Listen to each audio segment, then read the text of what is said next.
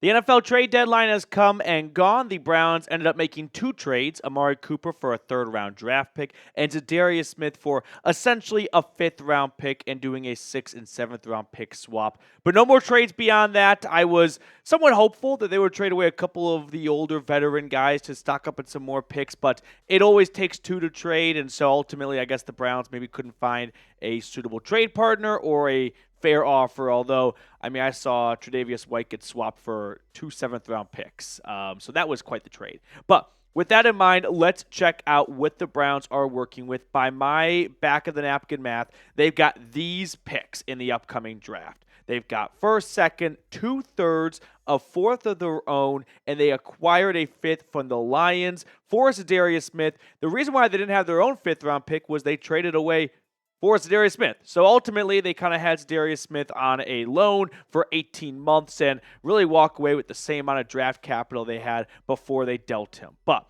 with that, let's go and check out what the Browns could do in the upcoming NFL. Well, we still have a ways to go draft. They currently have the fifth overall pick, but I wouldn't get too attached to any of that. Those numbers are very fluid, obviously, a long season ahead. So with that, we can look at what the Browns, in my eyes, could / potentially would do if they were on the clock with pick number 5. And I've got them selecting Tennessee edge rusher James Pearce.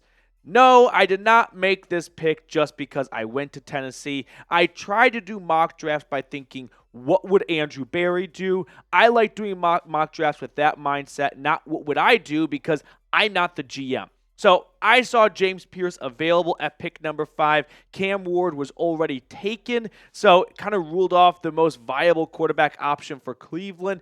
And Pearce made a lot of sense to me for a handful of reasons. One, he checks a lot of boxes that Barry has a history of drafting. He's on the younger side. He just recently turned 21 years old, so he'll be 21 as a rookie. From a physical standpoint, he's got incredible traits. 6'5", 243 pounds, with the speed of a true number 2 receiver. Like, James Pearce from a physical makeup is what Andrew Berry often looks for in the draft. When the combine rolls around, I think Pearce is going to have an upcoming kind of like Trayvon Walker, where he may not have had crazy production in college, but teams are going to fall in love with the size and the speed. Mostly the speed, though. The size actually is a little bit of a concern. At 243 pounds, he's not going to be able to be a edge-setting pass rusher, someone who can really go toe-to-toe with some of the biggest and baddest tackles in football. He's going to be a little bit more like, I don't want to say Clowney, because I think Clowney was even a little bit bigger coming out of college like this. Maybe kind of like Jalen Phillips when he left Miami to go to the Dolphins. So that's kind of a comp I would give for James Pearce. Phillips was another first-round pick as well. This year, Pearce having 4.5 sacks as we approach the last 4 or 5 weeks of the season is sure a little bit on the underwhelming side if you just go off of sacks and box score hunting, but he's also been on a defense that is hardly on the field, that Tennessee defense routinely getting off the field. So he's not getting a ton of pass rushing opportunities because they're constantly kicking the offense off the field by getting a lot of quick 3 and outs. In his sophomore season, though, it was a breakout campaign, 10 sacks for Pearce. So in that year, you really saw the productivity. For me, I look at it this way. You got elite traits, incredible speed, at a highly valued position like edge rusher, and Andrew Berry might just look at it as, okay, there's no quarterback worth taking at the number 5 overall pick if our number 1 guy is Cam Ward and he's gone already. So we're not going to reach on a quarterback just because everyone on Twitter wants us to.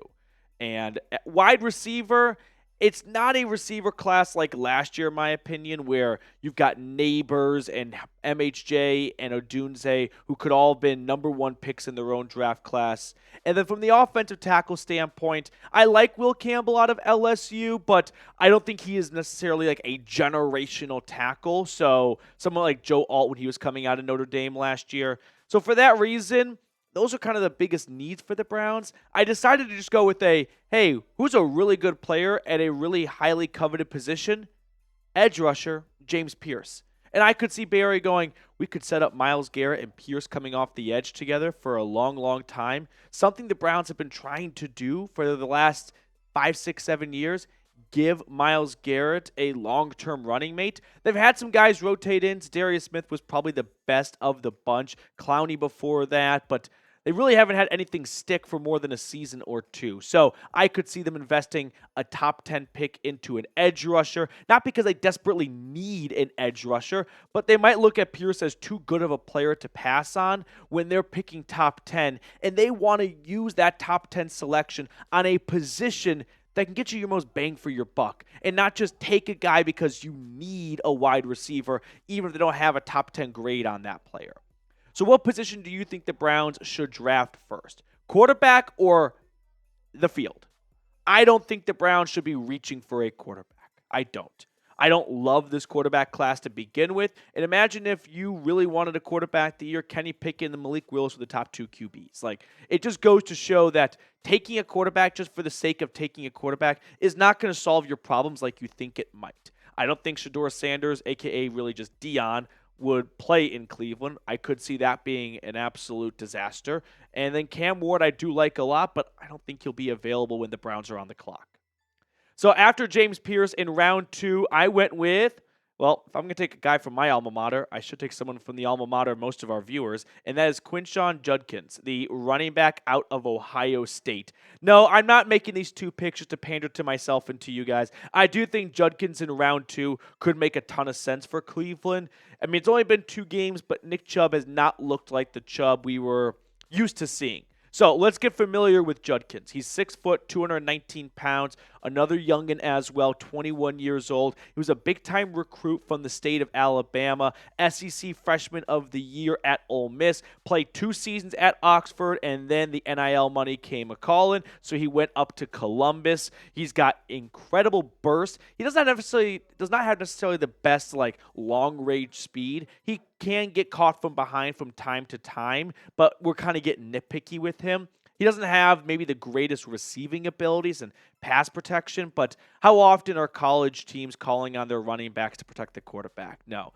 College teams are going to do what's best for them, and they often don't ask their running backs to be the number 1 protector in the backfield. They are often going to be called on to be a running back, right? They try not to put too much on their plate.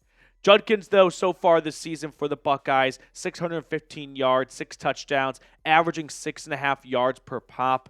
And the 2 seasons prior, back-to-back 1,100-plus yards. Look at the career numbers. He's putting up just insane stats so far in his 3-year collegiate career. It's a loaded running back draft class, by the way. I know all eyes are going to be on Ashton Jeanty out of Boise State. I really doubt the Browns go running back in round 1, and I don't think Jeanty is going to fall out of round 1, so I wouldn't get your heart set on him too much. But there are some really good backs after Jeanty.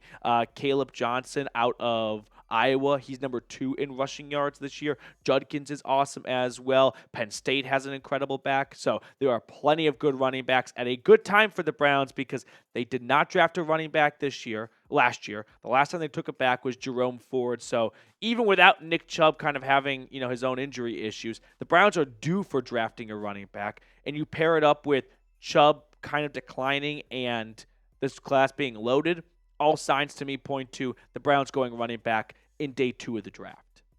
Today's show is sponsored by Game Time. Game Time has an awesome feature called Game Time Picks that makes getting tickets to see your favorite teams play live even easier. You see, Game Time Picks filters out the fluff and the nonsense to show you only incredible deals on great seats. That way you don't spend 30 to 60 minutes comparing prices across many sites. One thing I love about Game Time is they offer the Game Time guarantee. If you find tickets in the same section and row for less, Game Time will credit you 110% of the difference. So take the guesswork out of buying tickets with Game Time.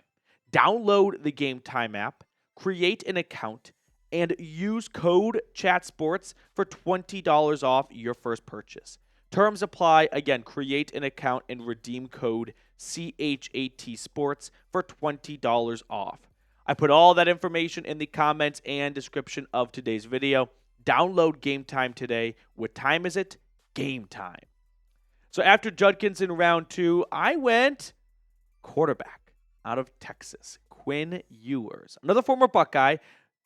With the pick number 67 in round 3, I decided, all right, If Ewers is going to be on the board this late in the mock draft, which, by the way, let this serve as a reminder that mock draft websites right now, they're pretty much broken. No one knows where anyone's going to go outside of a couple of guys who are locks for round one and guys who are definitely not going to go round one. But I do want to let this serve as a little bit of an appetizer of the Browns could be targeting a quarterback in day 2 of the draft. If they don't get the one, maybe they are eyeing in round 1 simply because might not be available when they are on the board. Quinn Ewers is an intriguing prospect. For one, I don't think he should enter the draft this year, but I can also kind of see where he might be coming from of, well, they're somewhat ready for Arch Manning to kind of take over. They might push me out. So if I'm getting calls from agents saying, hey, we think you could go round 2 or round 3 in the draft, it might not get any better than that. And if I transfer somewhere else because Texas doesn't want me to start anymore, I could really tank my draft value if I go to a school with less talent around me than I do currently have at Austin. And now I go from being a round 2, round 3 guy to being a day 3 prospect. So if you feel like it's not going to get any better than you currently have, it might be a good time to enter the draft. So let's talk about Quinn Ewers, though. He's got really good arm strength. I mean, he was a big-time recruit, obviously, coming out of the state of Texas, committing to Ohio State, and then transferring after his freshman year. I mean, didn't even play or didn't even have his full season, senior year in high school before he early enrolled in Columbus. There are some knocks against Ewers. He's a poor decision maker at times. I mean, for someone that's had 3 or 2.5 years of starting experience, I've seen him one too many times throw bad interceptions early in the game. So those are things that I think can be coached out of Ewers. But what you can't really coach too much of is arm strength. And he's got it. I mean, he can make a ton of throws from a lot of angles. And when the combine rolls around and pro days and things like that, Ewers' stock is probably going to rise because hard to get picked off when you're at the combine, and that's kind of when he shows his best. So in round 3, the Browns are likely going to take a shot at a quarterback if there's one they like available. I've got full confidence that the Browns are going to come out and say that they are still in on Deshaun Watson and that the last 4 quarters before he went down, the second half in Philly, the first half against Cincinnati, was enough for them to believe that Deshaun Watson can still be a high-level quarterback. They're going to say all that, but behind closed doors, they should, and I believe will, be looking at quarterbacks in this draft. And Ewers in round 3 is probably too good of a value to pass on because why not take a shot at someone who has shown some really high-level potential? We're going to look at the rest of my mock draft in just a moment. But really quickly, we're trying to get to 40,000 subscribers. We've got 1,500 subs to go. So if you are looking for a free Browns YouTube channel, I invite you to subscribe down below. We'll keep you guys in the loop 365 days of the year. In round 3, with the selection that the Browns got via the Amari Cooper trade, I went offensive tackle Ajani Cornelius out of Oregon. So he is a career starting right tackle. He started his career off, I think, at Rhode Island, and then he transferred to Oregon. And since then, he has been a mainstay on their offensive line. Now, he would, I think, compete to be a Jack Conklin replacement. We'll see what Conklin's future holds, but to me, this seems like a good opportunity for the Browns to beef up their offensive tackle depth. He's 6'5", 215 pounds, 2.5-year starter at right tackle. Maybe he gets flexed into being a guard. Now, he's a little bit on the older side, but Andrew Berry may want to alter his draft process because it hasn't really worked out a ton up until this point. So Cornelius, to me, could be a nice replacement for Conklin if the Browns bring him back in 2025 for one more year. All right, let's move on to my next mock draft selection. After acquiring that 3rd-round pick from the Buffalo Bills in round 3, the Browns have their own pick in round 4. And I'm going to go wide receiver here out of TCU, Savion Williams. Williams has a lot of history, or a long career, I should say, at TCU, so not too much of a spring-ish chicken. What I've got down on him, though, is incredible size, 6'5", 225 pounds. So he's a senior. Look at what he's put up through the last 4 years of his collegiate career. I know 500 yards doesn't really jump off the page to you, but it's round 4. You're not going to get your number 1 or probably even your 1 through 10 wide receiver. But Williams at 6'5", I think would bring a really nice blend to this wide receiver room, which is a little bit on the smaller size. I mean, Judy is going to be coming back next year. He's under contract. So is Tillman. So is Jamari Thrash. So is David Bell. Those 4 guys are the only players under contract at wide receiver for next year. And Tillman's the tallest of the bunch, and he's not 6'5". So I think the Browns might be targeting maybe a bigger target receiver because they've invested a lot in speedier guys, and it might be time to kind of balance it out a little bit. So after going Williams in round 4, here was my last selection for rounds 1 through 5. It is a tight end out of Alabama, C.J. Dippre. Pick 167. I stopped my mock draft here because I would be lying to you guys if I knew who'd be good targets in round 6 and 7 of the draft. But I saw a tight end available in round number 5, and I thought, okay, this could make a lot of sense for the Browns. I mean, look at their tight end room. Jordan Akins is on the last year of his 2-year contract. Jeff Swain was signed like a month and a half ago. He is just more or less a rental for the rest of 2024. And the Chiefs still has plenty of years left on his extension, but the Browns need to reset a little bit at tight end, and I think CJ could be a nice acquisition. He's more of a blocking tight end, 6'5", 262 pounds. Now, the modern day era of college football does not utilize tight ends much, so it's not easy to get a good evaluation on most tight ends when it comes to their receiving abilities. Aside from like the Brock Bowers of the world, a lot of tight ends are not called on to be big receiving threats for their teams. So that's one of those you got to wait and see until you get them into your own facility to find out what kind of pass catching abilities they have. But you got Njoku to be a good pass catching tight end. I think it's time to add a good run blocking tight end to that room. So let's revisit my mock draft one last time. James Pearce in round 1, taking a true edge rusher to pair with Myles Garrett, replacing Chubb with Judkins, in round 2. Quinn Ewers in round 3 out of Texas. And then we add to the offensive line, wide receiver, and tight end room in rounds 3 through 5 in the back half of this mock draft. So grade it for me down below. Give me an A, B, C, D, or F. I'd give this mock draft a B+. I mean, it's so early in the pre-draft process. Anyone with a very, very strong opinion is kind of just throwing out a take to have something stick. I don't think there's really enough out there outside of maybe a few guys to say anything concrete about. So for now, I'll give it a B+. That's going to do it for us on today's episode. Thank you guys so much for tuning in. Make sure to like the video and subscribe to the channel if you're not already. Plus, check us out on IG, trying to grow our Instagram channel, Browns Report IG.